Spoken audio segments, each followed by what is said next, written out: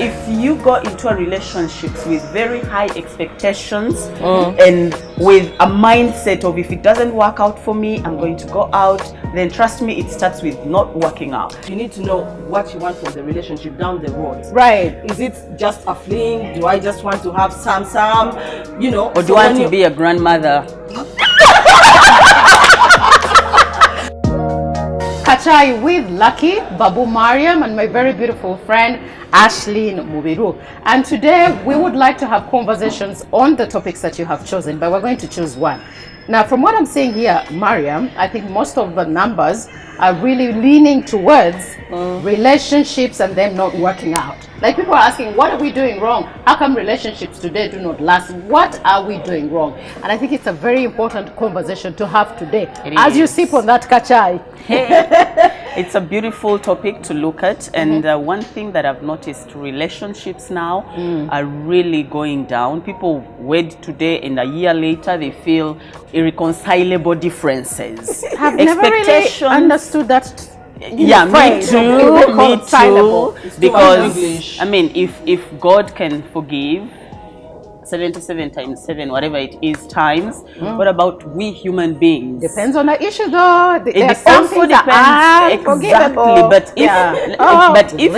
If you go into a relationship with very high expectations and with a mindset of if it doesn't work out for me, I'm going to go out, then trust me, it starts with not working out. I think I would agree with you, because people need to have conversations on their expectations. Mariam, if I decide to go into a relationship with you, I should be able to know what you want from a relationship.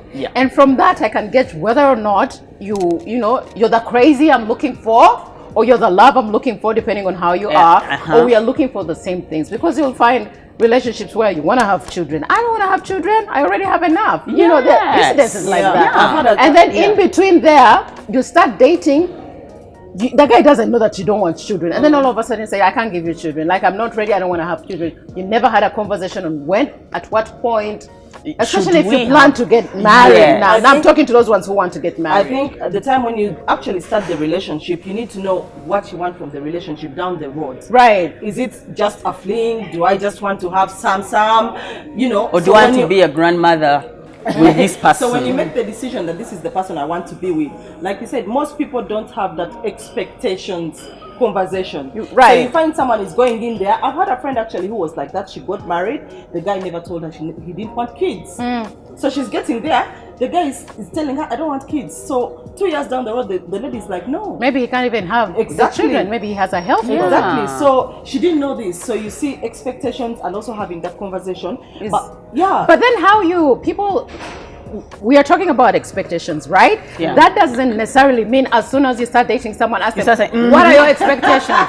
You have to bring it out in a clever way. You have to be friends. Different conversations. To a certain level. You don't come and ask, Mariam, what are your expectations in this relationship? That's too harsh. Because a relationship is also not picking up your calls. It's supposed to be spontaneous. But through the conversations and the dates that you have, and that they call it bedroom talk after, you have a conversation like, honey, oh, by the way, do you ever want to have children? You know, it's like you're having a conversation, but really you're trying to find out more about, do you ever want to have children? At what point do you want to have children? What is like your career build up like? Or someone will tell you, I want to go abroad.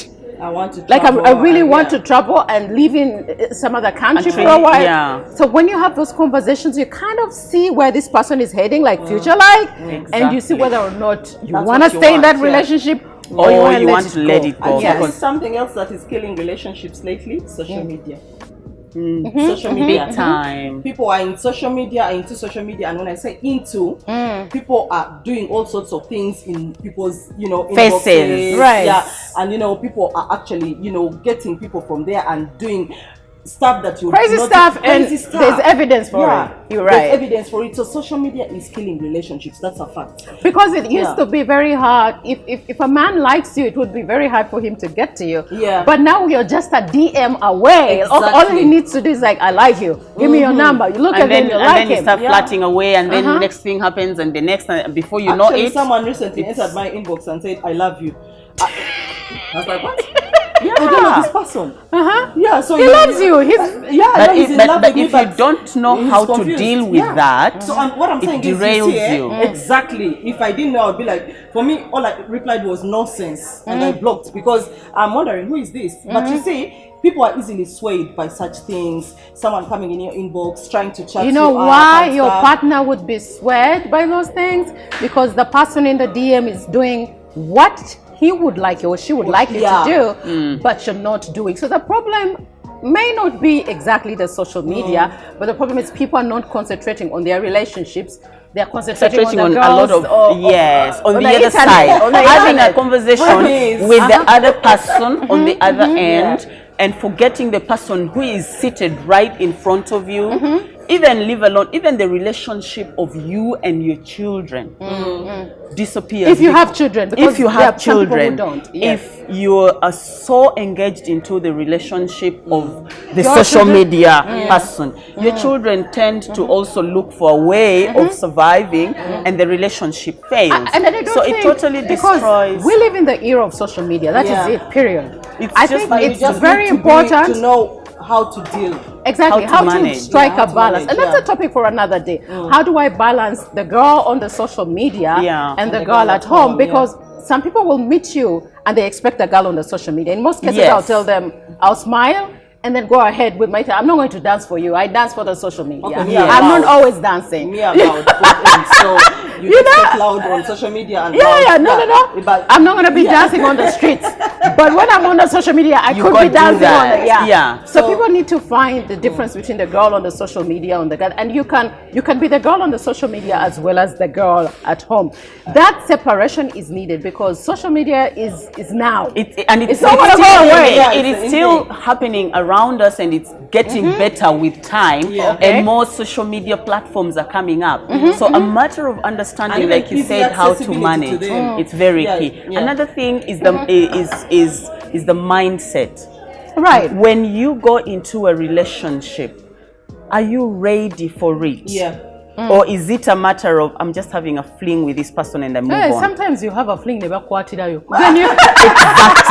No, like it's I know. Your initial plan was like, listen, it's nothing serious. Fun. And then you like him and then fall in love. That's being spontaneous. It's life. It's spontaneous. And then along the way, your mindset needs to totally build up immediately. You need to know, okay, I'm here. Do I want to stay?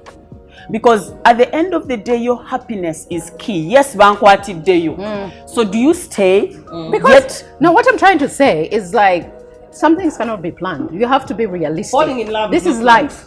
You go in expecting to just like a person, and then you fall in, and then you want to have a fling, and then you fall in love, and then you want to get married. I think it's the stages of life. But then when you get to the stage of now I want to spend the rest of my life with this guy, is he the one that I really want to spend the rest of my life with, or am I just bankwati deo? You know what I mean? So just pretty much having a conversation with yourself and trying to internalize it and coming to reality. And also be open-minded. It's another thing that people need to understand. In a relationship, try to be open-minded. When something comes up, don't be so rigid. To try out and see, okay, you're saying probably we can do this, or we can engage in this, or we try it out. Don't say no. You know, I read here, especially those who have gone to school. And it is something. Flexible. Be flexible, be open-minded. Try out different ideas, different engagements with people. Learn along the way, because learning in marriage never stops. Not just in marriage, in any relationship. If you really love this person, and people, once you love someone, they come as a package. I don't know why people have this perfection. Where do you get it from? Like you can never you just meet a perfect person. It's a building. You're basically building. Absolutely. And it's a building that never stops you. Let me tell you, perfectionism is something that I experienced. Personally, I was a perfectionist. Big time. I see you walking, you leave your shoes there, I'll get them and put them aside. You leave your shirt there, I'll tell you, man, shirt needs to be somewhere. We are dating meanwhile. This has to be there. But along the way, the person does it over and over again. You start being you just have to keep picking. And then the kids come along. That's the flexibility you want to talk about. Like, you know. And then the kids come along. That's what I keep on telling people, you relax on it. Know that we are human beings. I'm going to make a mistake. A mistake doesn't necessarily have to be you're cheating. It could be anything else. But you have to be willing to forgive. That's what I'm telling people. Exactly. Don't come into a relationship Very, expecting very that this person is going to be perfect. It's the a other way of thing, meditation. surprise each other. My husband loves surprising me. Oh I my hate God. surprises, but go ahead. Oh, they're so sweet. They're so sweet. Surprise each other with something small, gifts. Just say, let's go here. I mean, it's something that you do with a lot of love, with a lot of care, because then you know this person actually thinks about me. Let me tell you something. Also, the way you appear towards. Sometimes you need. I don't know. There's a time I called you and I wanted these things. Hey, those ones. Because I used to see girls wear them, but I had never tried. But then I was like, I want to spice up things. What do? I went bought lingerie, but I'm like, he's seen me in lingerie before. What is that one thing that I don't normally do? I called her up. I'm like, those things.